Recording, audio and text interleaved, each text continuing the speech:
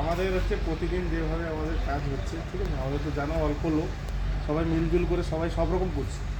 কেউ কখনো কারোর কোনো দিন হয় না, ঠিক আছে, যে না এটা করবো না সেটা, সবাই মিলজুল করে আমরা সব রকম করছি। কেউ ফ্যাব্রিকেশান, ওয়েল্ডিং কাজ সে করতেছি প্রত্যেকে, ঠিক আছে।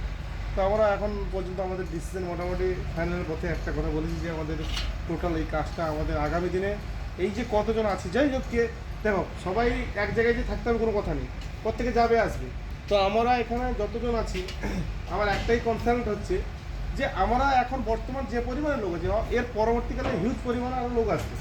তো সেখানে আমাদের একটা প্রশ্ন হচ্ছে যে আমাদের প্রথম যে বেস্টটা যে আমরা কীভাবে চলার ধরুন আমাদের এই কাজটাকে কীভাবে পরিচালনা করবো, আমরা এই সিস্টেমটাকে না যদি ঠিক রাখি, আগামী দিনে যে পরের কেউ আসবে বা পরের তারা কিন্তু সেটাকে বিগড়ে দিবে। তো সেই কারণে আমাদের এই সিস্টেমগুলো আমাদের তৈরি করতে হবে, সব এভরিথিং।